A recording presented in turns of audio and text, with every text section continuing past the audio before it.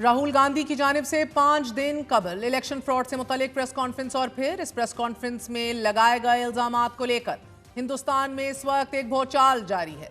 Vote चोर गद्दी छोड़ का नारा लगाकर राहुल गांधी की सरबराही में कांग्रेस मेंबरान ने हिंदुस्तानी पार्लियामेंट से इलेक्शन कमीशन दफ्तर की जानिब मार्च शुरू किया तो राहुल गांधी के इल्जामात का जवाब देने की बजाय आज मोदी सरकार ने हिंदुस्तान की सबसे बड़ी ऑपोजिशन जमात कांग्रेस के लोकसभा में ऑपोजिशन लीडर राहुल गांधी और उनकी बहन प्रियंका गांधी को पहले गिरफ्तार और फिर कुछ देर बाद रिहा कर दिया।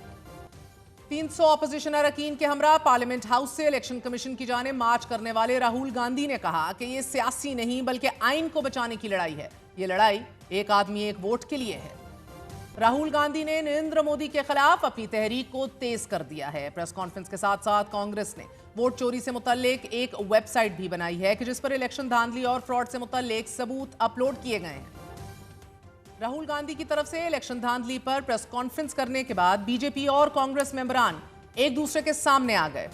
दोनों जानिब से एक दूसरे पर इल्जामात की भौचाड़ कर दी गई। मगर यहां दिलचस्प बात यह है कि यह पहला मौका नहीं कि जब मोदी सरकार की जीत पर सवाल उठाया गया हो। इससे कबल न्यू दिल्ली की आम आदमी पार्टी के सरबराह अरविंद केजरीवाल ने भी मोदी सरकार पर वोट चोरी का इल्जाम आयद किया था। अरविंद केजरीवाल ने कहा था कि न्यू दिल्ली असेंबली इलेक्शन में मोदी सरकार धांधली कर रही है और वोटर्स के वोट खारिज किए जा रहे हैं। न्यू दिल्ली इलेक्शन के अलावा महाराष्ट्र असेंबली इलेक्शन से कबल भी मोदी सरकार ने वोट चोरी भी किए और फिर वोटर्स के नाम इलेक्शन कमीशन के साथ मिलकर खारिज भी किए। मोदी सरकार ने हिंदुस्तानी रियासतों में होने वाले इलेक्शंस में भरपूर धांधली की है और वो भी इलेक्शन कमीशन की मदद से। यही वजह है नाजरीन कि नरेंद्र मोदी की बीजेपी हुकूमत मुसलसल इलेक्शन कमीशन का सरबराह अपना बंदा लगा रही है। 2014 में मोदी की हुकूमत से कबल सिर्फ एक इलेक्शन कमिश्नर ऑफ इंडिया ने अपने ओहदे से इस्तीफा दिया था, मगर मोदी सरकार के गुज़िश्ता 4 सालों में 2 इलेक्शन कमिश्नर्स ऑफ इंडिया अपने ओहदों से मुस्ताफी हुए।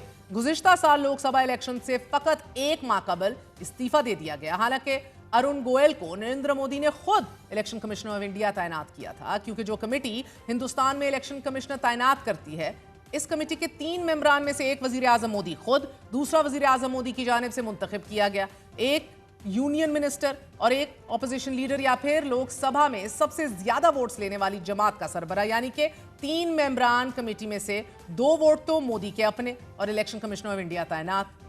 यह कमेटी भी माइंड यू मोदी सरकार ने इलेक्शन कमीशन बिल मंजूर करवा कर बनाई थी।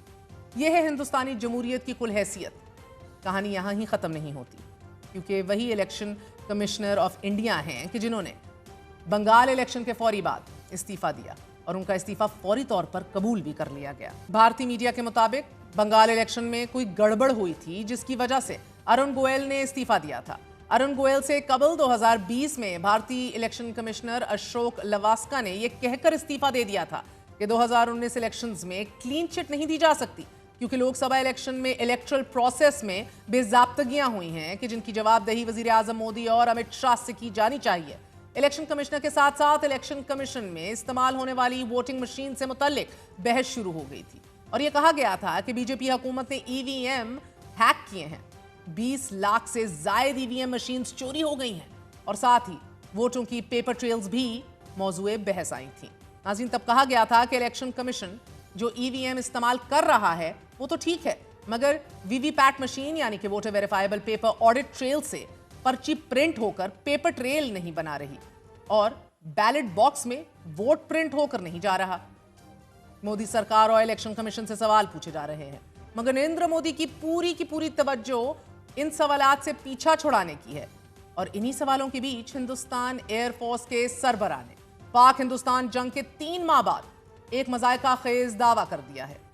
फरमा रहे हैं कि भारत ने झड़पों के दौरान 5 पाकिस्तानी लड़ाका तैयारे और एक फौजी तैयारा मार गिराया और ज्यादातर पाकिस्तानी तैयारे भारत के रूसी साख्ता S-400 जमीन से फिजा में मार करने वाले मिसाइल निजाम से मार गिराए।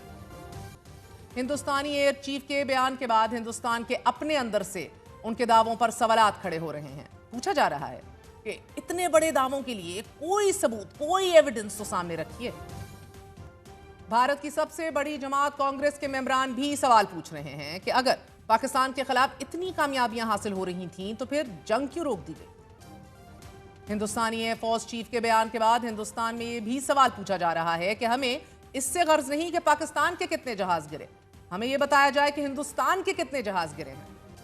कांग्रेस पार्टी और ऑपोजिशन जमातों का कहना है कि हिंदुस्तानी एयर चीफ एक ऐसे वक्त में बयान क्यों दे रहा है कि जब राहुल गांधी इलेक्शन धांधली पर प्रेस कॉन्फ्रेंस करता है। साथ ही यह भी कहा जा रहा है कि एयर चीफ का बयान फौज को तकसीम करने के मुतरादिफ है। मोदी सरकार ने एयरफोर्स और आर्मी चीफ को आमने सामने ला खड़ा किया है। हिंदुस्तान जमातों और मोदी सरकार के आपस के इलेक्शन झगड़े से हटकर अगर हिंदुस्तानी फोर्सेस के अपने दावों को देख लिया जाए नाजरीन, तो उनमें भी वाज़ेह तजाद और वक्त के साथ साथ तब्दीली दिख रही है। पाकिस्तान के हाथों बदतरीन शिकस्त के बाद अब भारत ने पाकिस्तानी सफारतकारों को हरासा करने का सिलसिला भी शुरू कर दिया है। सफारती जराये के मुताबिक न्यू दिल्ली में पाकिस्तानी डिप्लोमेट्स के गैस और इंटरनेट समेत दीगर सहूलियात रोक दी गई हैं। 4 से 5 सफारतकारों को घर खाली करने का हुक्म भी जारी कर दिया गया है। अप्रैल से सफारतकारों के पानी, दूध, गैस और फूड डिलीवरी पर वक्तन फवक्तन पाबंदी लगाई जा रही है।